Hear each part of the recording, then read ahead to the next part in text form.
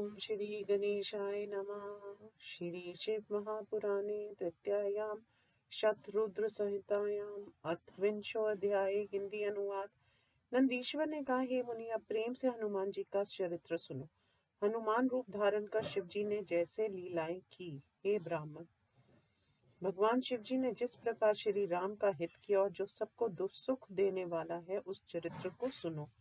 अद्भुत लीला करने वाले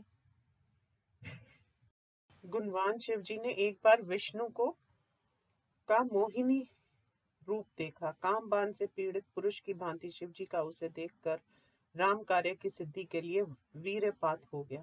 शिव जी द्वारा प्रेरित सप्त ऋषियों ने उस शिव वीर्य को श्री राम के कार्य की सिद्धि के लिए आदर से पत्ते पर रखा। उन महर्षियों ने गौतम पुत्री अंजनी के घर में वह वीर्य उसके कान के छिद्र द्वारा राम कार्य को सिद्ध करने के लिए डाला। तब कुछ समय के बाद वानर के रूप में महाबली एवं पराक्रमी शिव जी प्रकट हुए।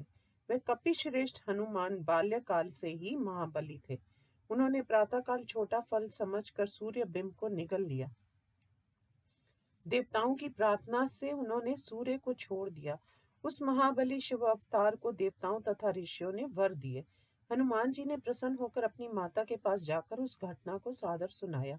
माता की आज्ञा से उस विद्वान हनुमान जी ने सूर्य के पास जाकर बिना प्रयत्न सब विद्याओं को पढ़ा। फिर वे शिव जी के अंश से उत्पन्न कपीवर माता की आज्ञा को पाकर सूर्य की आज्ञा से सूर्यांश से उत्पन्न सुग्रीव के पास गए। सुग्रीव की स्त्री के साथ सहवास करने वाले उसके बड़े भाई बलि ने उसे घर से निकाल दिया। तब वे हनुमान के साथ ऋषिमुख पर्वत पर रहने लगा। तब वे सुग्रीव के मंत्री हो गए। शिव जी के अंश से उत्पन्न उन्होंने सुग्रीव का हित किया। सीता के अपहरण के बाद भाई के साथ आए हुए श्री राम से सुग्रीव ने हनुमान जी की मित्रता करा दी। श्री राम ने भी छोटे भाई की स्त्री के साथ सहवास करने वाले अपने को वीर मानने वाले कपिराज बाली को मार डाला। हे तात, तब श्री राम की आज्ञा से वानर श्रेष्ठ हनुमान ने अनेक वानरों के साथ लेकर सीता को ढूंढा।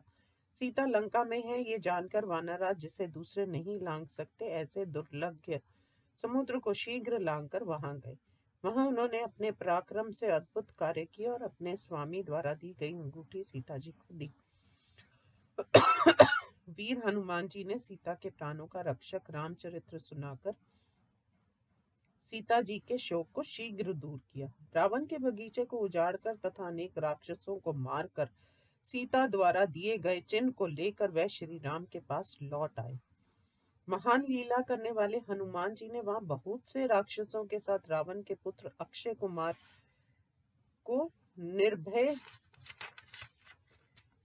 होकर मारकर महान उपद्रव किया। हे मुनि, जब महाबली रावण ने दृढ़ता से तेल लगे हुए वस्त्र लपेटकर उसे बांधकर जलाया, तब महादेव के अंश से उत्पन्न उस कपि ने कूद कूद कर सरलता से लंका को जला डाला। उस वानर राज ने विभीषण के घर को छोड़कर संपूर्ण लंका को जलाया। फिर वह स्वयं समुद्र में कूद गया। अपनी पूंछ को बुझाकर समुद्र के दूसरे तट पर जाकर वह शिवाशंज हनुमान जी प्रसन्न होकर श्री राम के समीप गए। वेगवान हनुमान जी ने शीघ्र ही श्री राम के पास आकर उन्हें सीता का शिरोमणि दिया। उसके बाद श्री राम की आज्ञा से वानर वीरों ने पहाड़ों पत्थरों को लेकर समुद्र में पुल बना दिया। तब पार जाने की इच्छा वाले श्री राम ने विजयी होने की कामना से समुद्र तट पर शिवलिंग की स्थापना तथा प्रतिष्ठा करके उसकी पूजा की। उनके वर से जय पाकर समुद्र पार कर लंका को घेर कर वानरों की सहायता से श्री राम ने राक्षसों के साथ युद्ध किया।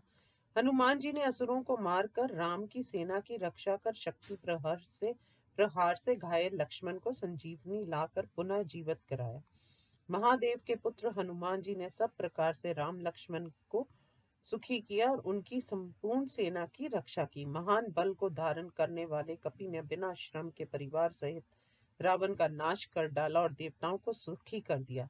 मही रावण को मारकर हनुमान जी उसके स्थान से राम लक्ष्मण को स्वस्थ सुरक्षित ले आए थे। सब प्रकार कपिश्रेष्ठ ने राम कार्य को शीघ्र किया और असुरों का मान मर्दन कर अनेक प्रकार की लीला की, भूलोक में राम भक्ति की स्थापना की, स्वयं उत्तम भक्त होकर सीताराम को सुख दिया, सभी देवताओं के मद के नाशक, लक्ष्मण के प्राणों के रक्षक, भक्तों का उद्धार करने वाले तथा रुद्र के अवतार रूप हनुमान महावीर राम कार्य में तत्पर, रामदूत, दैत्यों के संहारक तथा भक्त वत्सल थे। हे तात, इस प्रकार मैंने तुमसे हनुमान जी के उत्तम चरित्र का वर्णन कर दिया।